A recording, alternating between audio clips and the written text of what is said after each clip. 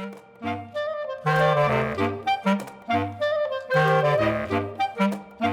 we're here right now with Claudia Rankine. Your book is Citizen, an American Lyric. It's great to have you here.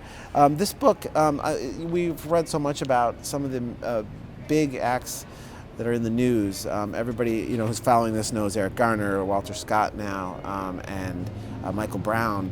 But your book really focuses on some of those quiet, everyday acts of racism and of sometimes unintended. No, I think that understandings around race and positioning around whiteness is at the point now where it feels invisible, except to the receiver.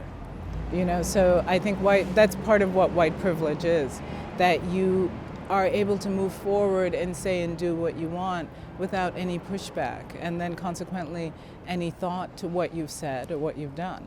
And especially when you have a society that doesn't penalize people when they do even more egregious things, like shooting people in the back, for example. So most of these happened, if not to me, to my friends. I collected stories, so in that way it's a collected communal document in a sense. And we're all people in the world doing our thing, and many of us doing it quite successfully. So it's not really a question of feeling marginalized in that sense, but no matter how hard you work, you still are coming up against these comments, these moments of dismissal or insult, just plain old insult. So I wanted to say, if we can track it on the lower level, maybe we can understand how we end up in juries and let people off when they shouldn't be let off. So how does it kind of rise up so that it becomes a national problem? But the reason I wanted to do it was I felt like these horrible killings were happening, and people would say, "How did that happen?" And I wanted to enact the ways in which this kind of daily, almost invisible racism develops a mindset that then allows people to go on and do more unacceptable things. I mean, when something as big as Eric Garner or Williams or Michael Brown, people, I think, can rally behind that. People of all colors can rally behind that. But when some of the things that you mentioned are brought up, I don't think that that everyone is as capable of coalescing around the idea. Well, I think we're used to talking about race in terms of scandal. So when something like Katrina happens, when somebody's dead, as you say, we can rally. But I think we need to but we won't talk about racism. We won't talk about the ways in which institutionalized racism are controlling all our lives, whether we're black, brown, white.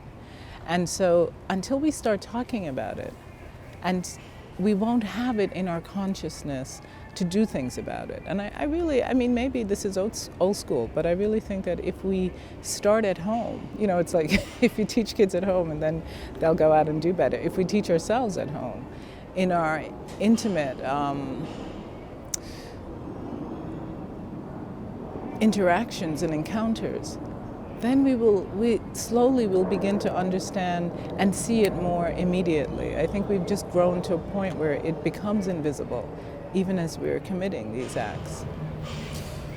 You talk about it slowly happening, and you think about generational shifts and how long things sometimes take. Can you change minds at this stage, or are we looking to that slow evolutionary shift in thinking that happens? Well, often people say to me, "Who are you talking to? What do you?" I'm talking to myself.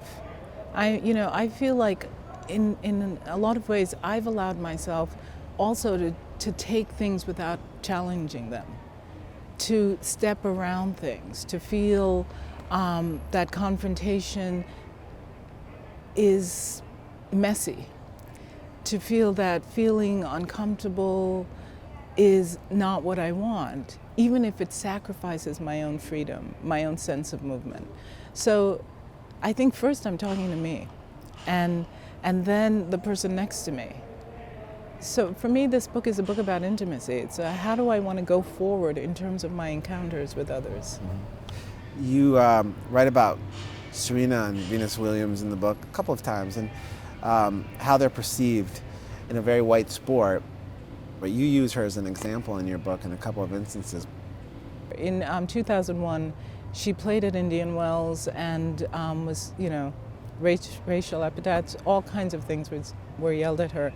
And so she and Venus said they would never play there again. Last year, a really interesting thing happened. In Russia, the head of the Russian Tennis Federation, he referred to the Williams brothers. And the WTA and the U.S. Tennis Association both came out and condemned him. And they said, this is unacceptable. They suspended him for a year and fined him $25,000. So Serena said this year, well, I'm going back to Indian Wells because for the first time I feel like the institution is behind me. And I think that's huge. You cannot legislate for crazy, you cannot legislate for sexism or racism in an individual person. But you can have the institution say, we will not hold this as part of what we stand for. And that was the first time that's happened. So in Serena's case, I think she was being condemned for having an anger that had no source. And that was what was fascinating to me. The treatment had this kind of weird, why is she behaving like that? So there was a disremembering of the thing that had happened the minute before, as if it hadn't happened, and that she was becoming this crazy person. So I wanted to pull the story back into its reality. And so that's what's fascinating about her. The cover of your book, the hoodie, I'm not sure if it's actually Trayvon. I don't think it is Trayvon Martin's hoodie, but it evokes the name of Trayvon Martin. Right. Well, that hoodie is actually an art piece by the Los Angeles artist, actually. He was here, he's now in New York, David Hammonds. And he did it in 1995, so 2 years after the beating of Rodney King. So, in a sense, it moves into Trayvon Martin because the trajectory is there, and Emmett Till before that, and we can move back and back and back. But I think the replacing is just of bodies. One death upon another death upon another death is a sign that this dynamic is systemic. And that when we talk about it, we have to also talk about it in terms of America, in terms of what it is that makes us Americans. What is it that makes citizens, what we are calling America as we call ourselves citizens. And this kind of systemic racism is deep and built in and controlling many things. And this notion that liberal white America is accountable to that, I think I kind of wanted to say, how can you be accountable to it systemically if you're not even accountable to it in your day-to-day action with your friends and your colleagues? Well, I hope that this book helps people recognize some of that behavior. It certainly is connecting with a new audience for you, and I think it's also making a difference in helping open people's eyes. Congratulations for everything that's happening for this book. I'm full of gratitude to the public, actually, for embracing the book and reading it. Well, it's wonderful to meet you, and thanks for joining us today. And thank you. So nice to meet you. Nice to meet you.